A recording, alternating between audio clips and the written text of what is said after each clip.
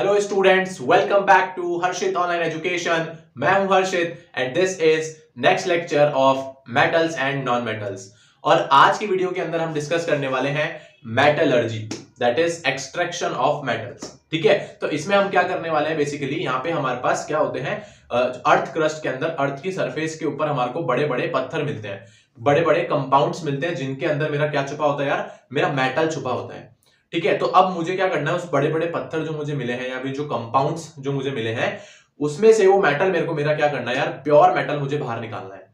तो उस पत्थर पे या उस कंपाउंड पे मैं क्या करता हूं, कुछ केमिकल प्रोसेस लगाता हूं, and that is nothing but known as our metallurgy या फिर एक्सट्रैक्शन ऑफ मेटल। ठीक है, तो इस वीडियो के अंदर मैं आपको कंप्लीट थ्योरेटिकल पॉइंट्स और डेफिनेशन इस टॉपिक के ऊपर करवाने वाला हूं कि कैसे हम कौन कौन से डिफरेंट प्रोसेस होते हैं, कैसे अपन अपने प्योर मेटल को यार बाहर निकालने वाले हैं उस कंपाउंड से। ठीक है, तो कंप्लीट डिस्कशन करने वाला हूं इस वीडियो के अंदर with proper definition and notes. ठीक है, तो चलो स्टार्ट करते हैं। कॉपी और पेन लेके बैठ जाइए, अच्छे से नोट्स बनाइए, स्टार्ट करते हैं आज के टॉपिक को। ओके, तो चलिएगा स्टार्ट करते हैं आज का टॉपिक और समझते हैं व्हाट इज दिस मेटलर्जी। ठीक है, तो सबसे पहले आप डेफिनेशन नोट कर लो। Metallurgy is a process in which the metal is extracted from its ore. ठीक है, तो अभी मैंने आपको बताया यार कि मेरे को क्या मिलेंगे, बड़े बड़े कंपाउंड्स मिलेंगे अर्थ क्रस्ट के अंदर। ठीक है, उसमें से मुझे मेरे मेटल को क्या करना है, मुझे मेरे प्योर मेटल को यार बाहर निकालना है, एक्सट्रैक्ट करना है, and that process is known as nothing but our metallurgy. ठीक है, अब सबसे पहला जो पॉइंट इसमें आता है वो होता है मिनरल। तो मिनरल्स क्या होते हैं, देखिए, the compounds which occurs naturally in earth crust. ठीक है, जो कंपाउंड्स मुझे नेचुरली मिल रहे हैं, जिसके अंदर मेरा मेटल छुपा है, that compounds are known as, those compounds are known as minerals. ठीक है, मिनरल्स के बाद जो अगला पॉइंट है वो है ओर। अच्छा, ओर क्या होता है, देखिए, ओर और मिनरल में क्या फर्क है। ओर की अगर जब अपन बात करेंगे तो ओर क्या होते हैं, मिनरल्स ही होते हैं, जिसमें से मैं क्या करता हूं, the minerals from which the metals can be profitably extracted. ठीक है, देखो, मेरे को है ना, मिनरल्स तो बहुत सारी मिलती हैं। जैसे मानो कि फॉर एग्जांपल मेरे पास है एग्जांपल सोडियम। अब सोडियम की मेरे को बहुत सारी मिनरल्स मिल रही हैं, लेकिन उन सब मिनरल्स में से किसमें से मैं इजीली या फिर कम पैसे लगा के या फिर प्रॉफिट के साथ में मेरे मेटल को बाहर निकाल सकता हूं, those minerals are known as ores. ठीक है, फॉर एग्जांपल 5 मिनरल्स है सोडियम की, तो उसमें से 2 मिनरल्स ऐसी हैं जिनमें से मैं कम पैसा या प्रॉफिट के साथ में उस मेटल को बाहर निकाल सकता हूं, तो उन 2 मिनरल्स को अपन क्या बोलेंगे यार, ओर बोलेंगे उस मेटल की।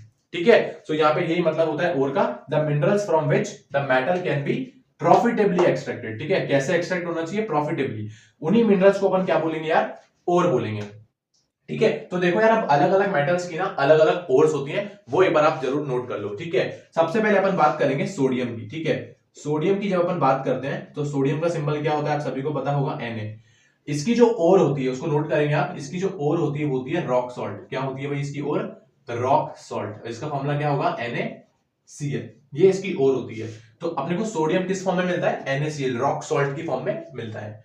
ठीक है, दूसरा आप नोट करेंगे अपना एल्यूमिनियम के लिए, एल्यूमिनियम। तो एल्यूमिनियम जो अपना मेटल होता है उसका सिंबल होता है Al, और इसकी जो ओर होती है उसको नोट करेंगे आप, बॉक्साइट ओर। कौन सी ओर होती है इसकी, बॉक्साइट ओर। ठीक है, बॉक्साइट का जो फॉर्मूला होता है ओर जो अपने को मिलता है, दैट इज Al2O3। तो एल्यूमिनियम अपने को इस फॉर्म के अंदर मिलता है Al2O3 की फॉर्म में। ठीक है, इसके बाद आप नोट करेंगे Fe या फिर आयरन की। ठीक है, Fe बोल दो, या फिर आयरन की जो ओर होती है उसको नोट करेंगे। आयरन की जो ओर होती है उसको बोलते हैं अपन अपनी Fe2O3। इसका नाम होता है हेमेटाइट। ठीक है, इसको नोट करेंगे, इसका नाम होता है हेमेटाइट। ठीक है, ये कुछ इंपॉर्टेंट और है जो कि आपके एग्जाम में डायरेक्टली पूछी जाती हैं, तो उनको आप नोट कर लेना। ठीक है, उसके बाद है जिंक की। ठीक है, जिंक का सिंबल क्या होता है, आप सभी को पता होगा, दैट इज Zn। और जिंक की जो ओर होती है वो होती है जिंक ब्लेंड। नोट कर लेंगे, जिंक ब्लेंड। ठीक है, जिंक ब्लेंड, और इसका फॉर्मूला होता है ZnS। ठीक है, ये कुछ और होती है। एक और नोट कर सकते हो आप, मरकरी की।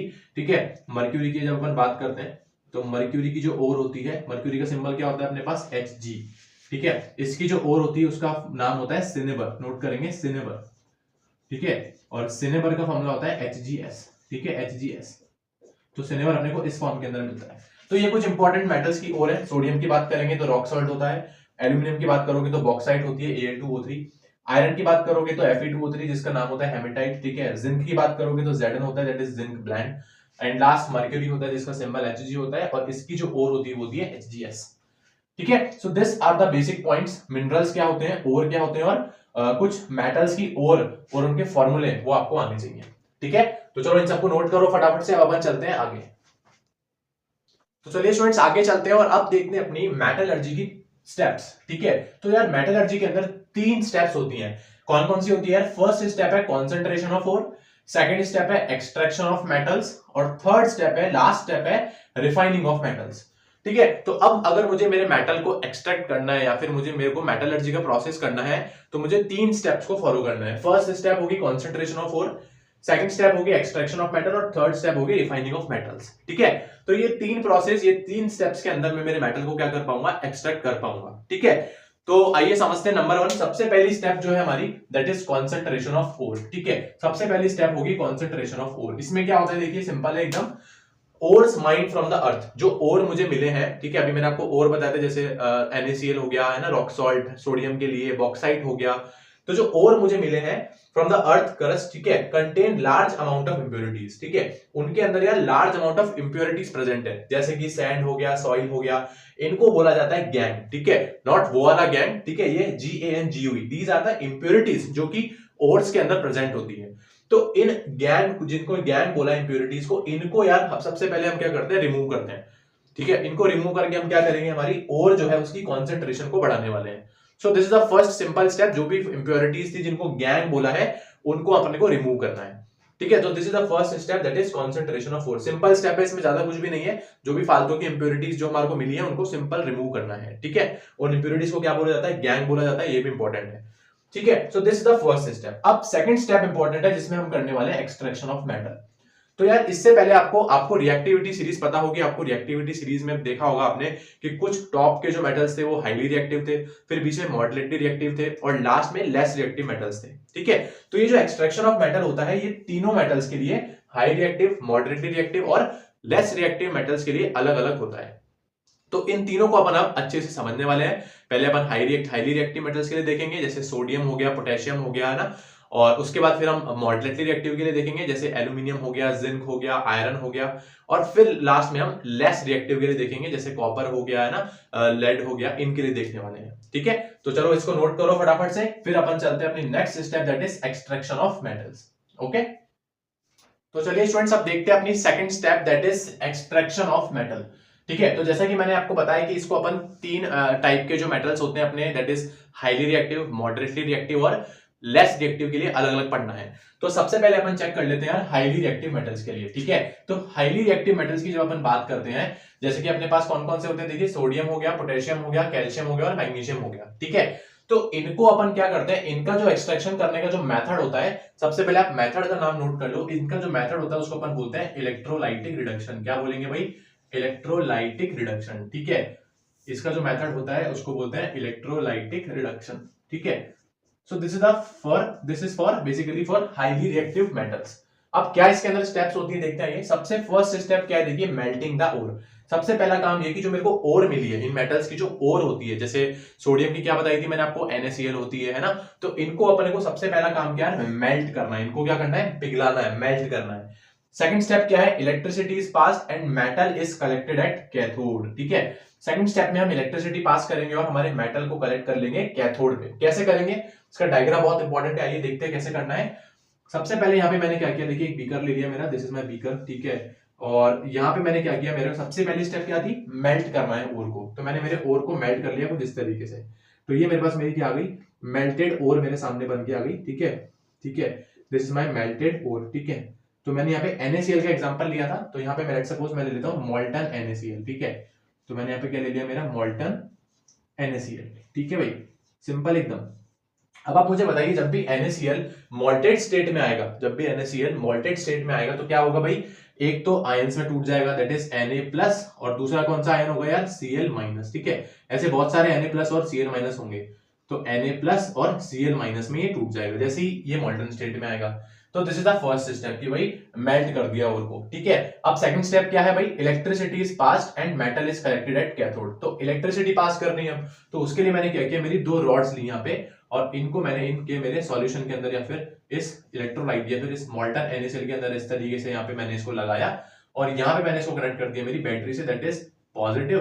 ठीक है, दिस इज पॉजिटिव और नेगेटिव से, इस तरीके से। तो this is my positive terminal, this is my negative terminal. Easy भाई। अब जो पॉजिटिव टर्मिनल होता है उसको अपन बोलते हैं एनोड, नोट करेंगे उसको क्या बोलेंगे अपन, उसको बोलेंगे एनोड। और जो नेगेटिव टर्मिनल होगा उसको अपन बोलते हैं कैथोड। ठीक है, ये मेरी कैथोड वाली रॉड हो गई। ठीक है भाई, तो आप देख पा रहे होंगे कि जब पॉजिटिव इस रॉड पे है तो इस पूरी रॉड पे क्या आ जाएगा भाई, पॉजिटिव पॉजिटिव आ जाएगा इस पूरी रॉड पे, और इस वाली पूरी रॉड पे क्या आ जाएगा भाई, नेगेटिव नेगेटिव आ जाएगा। ठीक है, so this is the step. अब होगा क्या, जैसे आपने ये पूरा सेटअप किया तो इस रॉड पे माइनस है, और इस सॉल्यूशन के अंदर या फिर इस मोल्टन NaCl के अंदर Na+ के और Cl- के आयंस है। तो इस Na+ को दिखेगा कि यार यहाँ पे माइनस है, तो आपको पता होगा कि प्लस वाला जो होगा वो माइनस वाले की तरफ क्या हो जाता है, अट्रैक्ट हो जाता है। तो सारे के सारे Na+ जो होंगे मेरे इस रॉड पे जाके चले गए, और मुझे कैथोड वाली रॉड पे मुझे मेरा क्या मिल गया यार, सोडियम मुझे मेरा मिल गया। एंड Cl- के जितने भी आयंस थे वो सारे किधर चले गए, पॉजिटिव वाली रॉड की तरफ चले गए इस तरीके से, और एनोड पे मुझे गैस मिल गई, दैट इज क्लोरीन गैस। ठीक है, so this is the method that is electrolytic reduction, जहां पर हमने हमारी सबसे पहली स्टेप में हमारी ओर को मेल्ट किया है, और फिर हमने इलेक्ट्रिसिटी पास किया है सेटअप के अंदर, तो हमारे को हमारे कैथोड पे कौन मिल गया यार, हमारा मेटल जो था वो हमारे को हमारे कैथोड वाली रॉड पे मिल गया। This method is known as electrolytic reduction. ठीक है, वेरी वेरी इंपॉर्टेंट है, ये सिर्फ हाईली रिएक्टिव मेटल्स के लिए होता है, बिकॉज हाईली रिएक्टिव मेटल्स जो होते हैं वो मोर एफिनिटी रखते हैं ऑक्सीजन की तरफ। ठीक है, उनकी मोर एफिनिटी होती है ऑक्सीजन की तरफ, इसलिए आप इनका डायरेक्टली इलेक्ट्रोलाइटिक रिडक्शन करते हैं। इनको हम बाय रिड्यूस नहीं कर सकते बाय यूजिंग कार्बन। ठीक है, तो अभी अपन आगे जो पढ़ने वाले मॉडरेटली और लेस रिएक्टिव, उसके अंदर हम इस मेथड को यूज नहीं करेंगे, उसमें हम इनको रिड्यूस करेंगे कार्बन से। लेकिन हाईली रिएक्टिव मेटल जो होते हैं उनकी एफिनिटी ऑक्सीजन की तरफ थोड़ी ज्यादा होती है, दैट इज वाई उसके अंदर हम ये इलेक्ट्रोलाइटिक रिडक्शन वाला स्टेप को फॉलो करते हैं। ठीक है, so this is the step, ये दोनों स्टेप है इसकी, और ये डायग्राम दोनों इंपॉर्टेंट है, बना के आना होता है एग्जाम में जब भी आपको एक्सट्रैक्शन ऑफ मेटल पूछेगा फॉर हाईली रिएक्टिव मेटल। ठीक है भाई, सो दिस इज द थिंग, तो इसको नोट कर लो एकदम अच्छे से। ओके, तो आई स्टूडेंट्स अब चलते हैं अपन अपने मॉडरेटली रिएक्टिव मेटल्स की तरफ। ठीक है, इनका अपन एक्सट्रैक्शन देखने वाले हैं। ठीक है, मॉडरेटली रिएक्टिव मेटल्स कौन कौन से होते हैं यार, जैसे जिंक हो गया, आयरन हो गया, एल्यूमिनियम हो गया, ये सारे मेरे कौन से होते हैं यार, मॉडरेटली रिएक्टिव मेटल्स होते हैं। तो देखो इनके लिए अपन क्या करते हैं, सबसे पहले इनकी जो मुझे ओर मिलती है, इनकी ओर दो टाइप्स में मिलती है, एक तो सल्फाइड ओर मिलती है और एक कार्बोनेट ओर मिलती है। ठीक है, इन सब मेटल्स की सल्फाइड ओर मिलती है और कार्बोनेट ओर मिलती है। तो मेरा काम क्या होता है इसके अंदर, मुझे सल्फाइड ओर को और कार्बोनेट ओर को ऑक्साइड में बदलना है इनकी। ठीक है, दिस इज द प्रोसेस। तो सल्फाइड ओर से जब मैं ऑक्साइड में बदलता हूं तो उस प्रोसेस को क्या बोलेंगे अपन, रोस्टिंग। क्या बोलेंगे यार, उस प्रोसेस को अपन बोलेंगे रोस्टिंग। नोट करेंगे, उस प्रोसेस को क्या बोला जाता है, रोस्टिंग। जब भी मैं सल्फाइड ओर को ऑक्साइड में बदलता हूं, that process is known as roasting. ठीक है, और कार्बोनेट ओर से जब आप ऑक्साइड ओर में आते हो, जब आप कार्बोनेट ओर को कन्वर्ट करते हो ऑक्साइड ओर में, that process is known as calcination. That process is known as यार कैल्सिनेशन। ठीक है, तो ये दो इंपॉर्टेंट प्रोसेस होते हैं यहाँ पे। जब भी आपने सल्फाइड ओर से ऑक्साइड ओर में बनाया है, कन्वर्ट किया है उस ओर को, that is process is known as roasting. And जब कार्बोनेट ओर से आप ऑक्साइड ओर में आए हो, ठीक है, कन्वर्ट किया है आपने, that process known as calcination. ठीक है, ये होता है इन प्रेजेंस ऑफ ऑक्सीजन, या फिर स्ट्रांगली हीट करते हैं इसको इन प्रेजेंस ऑफ ऑक्सीजन। ठीक है, ये ऑक्सीजन के प्रेजेंस में हीट होता है, और ये इन द एब्सेंस ऑफ या फिर लिमिटेड ऑक्सीजन की प्रेजेंस में ये होता है। ठीक है, तो इन दोनों की डेफिनेशन यार एग्जाम में आती है, इनको नोट करेंगे फटाफट से। देखिए रोस्टिंग क्या होती है, the sulphide ores are converted into oxides by heating in presence of air. ठीक है, इज कॉल्ड रोस्टिंग। ठीक है, तो इसको अपन प्रेजेंस ऑफ एयर में या फिर ऑक्सीजन के अंदर हीट करते हैं और सल्फाइड ओर को बदलते हैं ऑक्साइड में, that process is known as roasting. Clear. And calcination क्या होता है, देखिए यहाँ पे इसकी रिएक्शन भी गिवन है। यहाँ पे मेरे पास जिंक सल्फाइड था, इसको मैंने हीट किया इन द, ये हीट का सिंबल है। ठीक है, this triangle is a symbol of heat. ठीक है, तो जब मैंने इसको हीट किया in the presence of oxygen, तो मुझे क्या मिल गया, देखिए जिंक ऑक्साइड। तो मैंने जिंक सल्फाइड जो कि इसकी सल्फाइड ओर थी, यहाँ से इसको कन्वर्ट किया है ऑक्साइड में, जिंक ऑक्साइड। ठीक है, सेकंड इज कैल्सिनेशन। कैल्सिनेशन के अंदर क्या है, देखिए the carbonate ore are converted into oxide in limited oxygen is called calcination. ठीक है, तो यहां पर क्या किया, देखिए जिंक कार्बोनेट जो था, कार्बोनेट और थी, उसको कन्वर्ट किया ऑक्साइड में, जिंक ऑक्साइड में। ठीक है, in limited presence, in limited oxygen या फिर इन लिमिटेड एयर। ठीक है, this process is known as calcination. तो यहां से इन दोनों की डेफिनेशन को इंपॉर्टेंट है नोट करना। ठीक है, तो यहां से मैंने कन्वर्ट कर दिया मेरा इनको ऑक्साइड्स में। ठीक है, तो अब ये जो ऑक्साइड्स बन के आई है मेरे पास, इन ऑक्साइड्स का मैं क्या करता हूं, रिड्यूस करता हूं इन ऑक्साइड्स को with the help of suitable reducing agent. ठीक है, तो यहाँ पे जो रिड्यूसिंग एजेंट मैं यूज करता हूं वो कौन है, मेरा कार्बन। ठीक है, तो ये जो मेटल ऑक्साइड्स बनी है दोनों जिंक ऑक्साइड्स, इनको मैं क्या करता हूँ कार्बन के साथ रिएक्ट करता हूँ और इनको रिड्यूस कर देता हूँ। क्या कर देता हूँ इनको यार, इनको रिड्यूस कर देता हूँ। रिड्यूस करेंगे तो क्या होगा, देखिए जैसे ही इसका रिडक्शन होगा, तो रिडक्शन का मतलब क्या होता है, रिमूवल ऑफ ऑक्सीजन, है ना। तो यहाँ से ये ऑक्सीजन रिमूव हो गया और ये अपने पास Zn जो था वो अकेला रह गया। तो यहाँ पे मैंने ये जो ऑक्साइड्स मेरे पास बन के आई थी दोनों जिंक ऑक्साइड, इनका मैंने क्या कर दिया यार, रिडक्शन कर दिया और मेरा मेटल मुझे मिल गया। सो this is the process for moderately reactive metals. Clear, मेरे को सल्फाइड और कार्बोनेट और मिलती है, उनको मुझे ऑक्साइड में बदलना है और फिर जो मेरी ऑक्साइड बनेगी उसको मुझे रिडक्शन करना है by using with the help of carbon. ठीक है, so this is the steps और method for moderately reactive metals. तो इसको नोट कर लो। अब चलते हैं अपन आगे अपने last that is less reactive metals की तरफ। तो चलिए गाइस, अब देखते हैं अपने third metals that is low reactive metals के लिए। ठीक है, extraction of low reactive metals कौन कौन से होते हैं यार, जैसे मर्क्यूरी हो गया, कॉपर हो गया, सिल्वर हो गया, इनके लिए देखेंगे कि क्या स्टेप्स होती हैं। तो देखो मॉडरेटली और लो रिएक्टिव में लगभग प्रोसेस सेम ही होता है। सेम अपन सल्फाइड ओर होती है, कार्बोनेट्स ओर होती है, उनको अपन ऑक्साइड में बदलते हैं। सल्फाइड ओर को जब ऑक्साइड ओर में बदलते हैं उसको रोस्टिंग बोला जाता है, और कार्बोनेट ओर को जब ऑक्साइड ओर में बदला जाता है तो उसको कैल्सिनेशन बोला जाता है। ठीक है भाई, यहां तक की स्टेप सेम थी। फिर हमने मॉडरेटली के अंदर क्या किया था, जो ऑक्साइड्स बनती थी इनको हम रिड्यूस करते थे bye using with the help of carbon, है ना। कार्बन को यूज करके हम इनको रिड्यूस करते थे। लेकिन इसके अंदर लो रिएक्टिव मेटल के अंदर हम इसको रिड्यूस करते हैं जस्ट बाय हीटिंग ओनली। ठीक है, रिडक्शन बाय हीटिंग ओनली। ठीक है, इतना सा फर्क है अपने पास लो और मॉडरेटली के अंदर। ठीक है, और सारी प्रोसेस सेम है। वहां पे हम लास्ट में जो ऑक्साइड बनती थी उसको रिडक्शन करते थे with the help of carbon, और यहां हम रिडक्शन करेंगे by heating only. That is the only difference. Clear. ठीक है, तो यहाँ पे इसके कुछ एग्जांपल्स हैं, आप नोट कर सकते हो। देखिए यहाँ पर कॉपर सल्फाइड था, पहले इसको हीट किया, ठीक है, ऑक्सीजन के प्रेजेंस में, तो कॉपर की ऑक्साइड बनी, और फिर डायरेक्टली कॉपर ऑक्साइड को डायरेक्टली हीट कर दिया, तो मेरे को मेरा कॉपर जो था वो मेरे को मेरा मिल गया।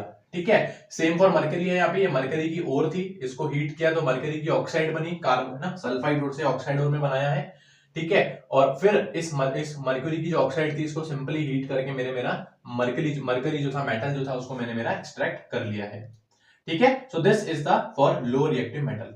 अच्छा, इसको यहां पर आप एक तरीके से और रिडक्शन कर सकते हो। कैसे, यहां पर आप रिडक्शन रिड्यूसिंग एजेंट की तौर पे यूज कर सकते हो अपने हाईली रिएक्टिव मेटल्स को, जैसे सोडियम हो गया, पोटेशियम हो गया, कैल्शियम हो गया, मैग्नीशियम हो गया। इनको यूज करके भी आप क्या कर सकते हो, ये जो ऑक्साइड्स बनी है आपकी, इनको आप क्या कर सकते हो यार, रिड्यूस कर सकते हो। ठीक है, कैसे, बिकॉज ये जो मेटल्स अपन ने बनाए इसमें लो रिएक्टिव के अंदर, ये कैसे हैं यार, लो रिएक्टिव मेटल है।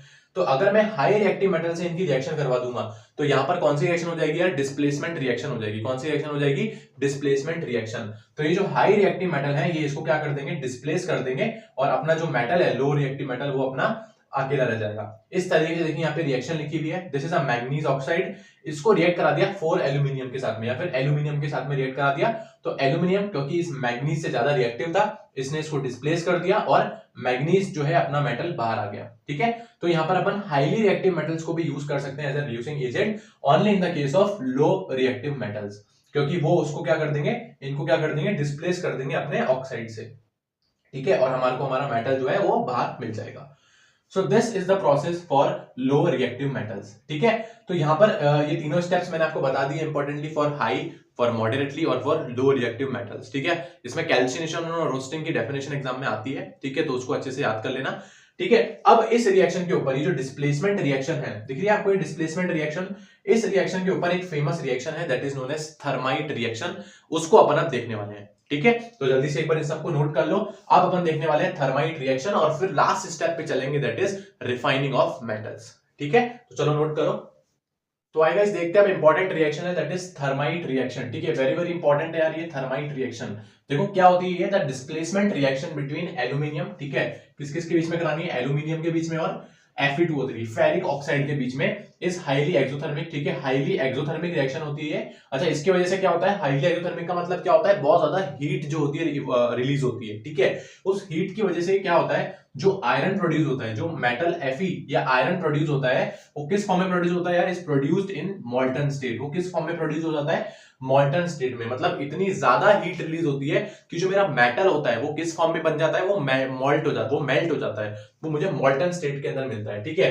Which is also used to join railway tracks, ठीक है। इसीलिए यहाँ पे जो मॉल्टन आयरन होता है इसको यूज करते हैं जो रेलवे ट्रैक्स में जो फॉल्ट आ जाते हैं या फिर जो जॉइंट्स आ जाते हैं उनको यूज करते हैं, उनको फिल करने के लिए, ठीक है। इस मॉल्टन आयरन को यूज करते हैं and that reaction is known as thermite reaction, ठीक है। तो अब आपको इसकी एक तो डेफिनेशन लिख के आनी है, प्लस इसकी रिएक्शन भी इंपॉर्टेंट है। देखो क्या करेंगे, हमने किसको रिएक्शन करवाया है? एल्यूमिनियम की रिएक्शन करवाई है हमने, किसके साथ में कराई है? हमारे Fe2O3 के साथ में, ठीक है। This is the reaction. अब इस रिएक्शन के अंदर जब होगा तो ये कैसी रिएक्शन है? Displacement reaction. ये एल्यूमिनियम आ गया किसकी जगह पे? आयरन की जगह पे, ठीक है। तो यहां से क्या हुआ? देखो आयरन तो अकेला रह गया, ठीक है। Fe, और वो भी किस स्टेट में रहेगा? मॉल्टन स्टेट में। इसके आगे मैंने क्या लगा दिया? L लगा दिया भाई, ये मॉल्टन स्टेट में, लिक्विड स्टेट में आ गया। और साथ में क्या बन गया? जब एल्यूमिनियम इस ऑक्सीजन की जगह पे आया तो एल्यूमिनियम ने अपनी ऑक्साइड बना ली, दैट इज Al2O3, और साथ में निकली भाई heat, large amount of heat, जिसकी वजह से ये जो Fe था ये किस फॉर्म में आ गया? मेरा लिक्विड स्टेट में, मॉल्टन स्टेट में आ गया, ठीक है। So this is the thermite reaction. इसको बैलेंस करने के लिए आप यहाँ पे और यहाँ पे 2 लगा लेना, सिंपल रिएक्शन बैलेंस हो जाएगी, ठीक है। This reaction is known as thermite reaction, ठीक है। So this is very important, ये एग्जाम में बहुत बार पूछा गया है। थर्माइट रिएक्शन क्या होता है, या फिर कौन सा रिएक्शन होता है जिसको मैं रेलवे ट्रैक्स को ज्वाइन करने के लिए यूज करता हूं, ठीक है। So that reaction is known as thermite reaction, ठीक है। सो ये टॉपिक था बीच में, इसको नोट कर लो, वेरी वेरी इंपॉर्टेंट। अब अपना लास्ट प्रोसेस, लास्ट स्टेप रह गई है मेटलर्जी की, that is refining of metals, ठीक है। तो आइए स्टार्ट करते हैं, इसको नोट करो एक बार फटाफट से, ओके। तो चलिए स्टूडेंट्स अब देखते हैं last step, that is refining of metals, ठीक है। This is the last step, ठीक है। तो देखिए क्या बोलता है, metals produced by various reduction process are not very pure, they contains impurities which must be removed to obtain our pure metal, ठीक है। तो देखो अभी तक अपन ने जितनी भी स्टेप्स करी हैं, 2 स्टेप्स करी हैं, उसमें यार मेरा मेटल अभी तक प्योर नहीं हुआ पूरा, मुझे अभी मेरा पूरा प्योर मेटल नहीं मिला है, तो मुझे उसको और प्योर बनाना है, या फिर मुझे मेरा और मेटल जो है प्योर करना है। तो उसके लिए जो लास्ट स्टेप होगी that is known as refining of metal. अब मेरे पास जो सेकंड स्टेप तक जो मेरे पास आ चुका है उसको मैं क्या करूंगा? रिफाइनिंग करूंगा, तब जाके मुझे मेरा क्या मिलेगा? प्योर मेटल मिलने वाला है भाई, ठीक है। तो कैसे करेंगे? देखिए इस प्रोसेस को, जो रिफाइनिंग होता है, इसको अपन बोलते हैं इलेक्ट्रोलाइटिक रिफाइनिंग। क्या बोलेंगे यार इसको भी अपन? Electrolytic refining. नोट करेंगे, इलेक्ट्रोलाइटिक रिफाइनिंग, ठीक है। इसके अंदर भी हम क्या करते हैं? इलेक्ट्रिसिटी का यूज करते हैं, इलेक्ट्रोलाइटिक रिफाइनिंग, ठीक है। इसमें क्या होता है? देखिए सिंपल सी कहानी है, यहां पर मेरे को सेम सेटअप यूज करना है। दिस इज माय बीकर, इस बीकर के अंदर मेरे को एक सॉल्यूशन लेना है, जिस भी मेटल को मैं यहाँ पे रिफाइन करने वाला हूँ, फॉर एग्जांपल जैसे मैं कॉपर को यहाँ रिफाइन करने वाला हूँ, तो मेरे को नीचे उसका सॉल्यूशन लेना पड़ेगा, दैट इज माय, जैसे मैंने कॉपर को कर रहा हूँ तो मैंने यहाँ पे इलेक्ट्रोलाइट ले लिया कॉपर सल्फेट का, तो ये मेरे पास कॉपर सल्फेट का क्या है भाई? सॉल्यूशन है, ठीक है। इसके अंदर आयंस होंगे, किस किस के आयंस होंगे भाई? कॉपर के और सल्फेट के आयंस होंगे, ठीक है। फिर मैंने अगेन यहाँ पे 2 रॉड लगाई है, अरे ठीक है, इस वाली रॉड पे जिसको मैंने नेगेटिव से कनेक्ट किया है, नेगेटिव पे मतलब जिसको अपन बोलेंगे कैथोड को, ठीक है। कैथोड पे जो रॉड है मेरी, ठीक है, उस पे मैंने क्या लगाया? मेरा प्योर कॉपर, एक प्योर कॉपर या प्योर मेटल की मैंने क्या लगा दी भाई? स्ट्रिप लगा दी एक, ठीक है। एक प्योर मेटल की स्ट्रिप लगा रखी है, और अभी तक जो मेरा मेटल मुझे मिल चुका है यहाँ सेकंड स्टेप तक, उसके अंदर उसको मैंने कहां लगा दिया? मेरे इस सेकंड रॉड पे प्लेस कर दिया। तो यहाँ पे मेरा कौन सा मेटल है यार? इम्प्योर मेटल, ठीक है। इम्प्योर क्या है मेरा? मेटल। कौन सी वाली जगह पे है? एनोड पे, ठीक है भाई, एनोड पे, ठीक है। यहाँ पे मेरा प्योर मेटल है, ठीक है, प्योर मेटल है, फॉर एग्जांपल प्योर कॉपर, क्या भाई अपन कॉपर की रिफाइनिंग कर रहे हैं, तो यहाँ पे मैंने प्योर कॉपर की स्ट्रिप लगा दी, और यहाँ इस वाली रॉड पे, एनोड वाली रॉड पे, जो सेकंड स्टेप तक मैं जो कॉपर को रिफाइन कर चुका था, वो वाला जो मेटल है उसको मैंने लगा दिया मेरा यहाँ पर अपने एनोड वाली रॉड पे, ठीक है। नीचे मैंने सॉल्यूशन लिया है मेरा, कौन सा सॉल्यूशन लिया है भाई? कॉपर सल्फेट का सॉल्यूशन लिया है। क्लियर हुआ सेटअप? अब जैसे ही अपन यहाँ से इलेक्ट्रिसिटी पास करेंगे तो क्या होगा? देखिए इस रॉड के ऊपर 2 चीजें होंगी, एक तो इंप्योरिटीज होंगी और एक कॉपर होगा, ठीक है। तो जो कॉपर होगा वो क्या होगा? इस सॉल्यूशन के अंदर अपने इलेक्ट्रोलाइट की सॉल्यूशन में आ जाएगा in the form of Cu+2। जो कॉपर के आयंस होंगे वो किस फॉर्म में आ जाएंगे यार? Cu+2 की फॉर्म में आ जाएंगे सारे आयंस, ठीक है।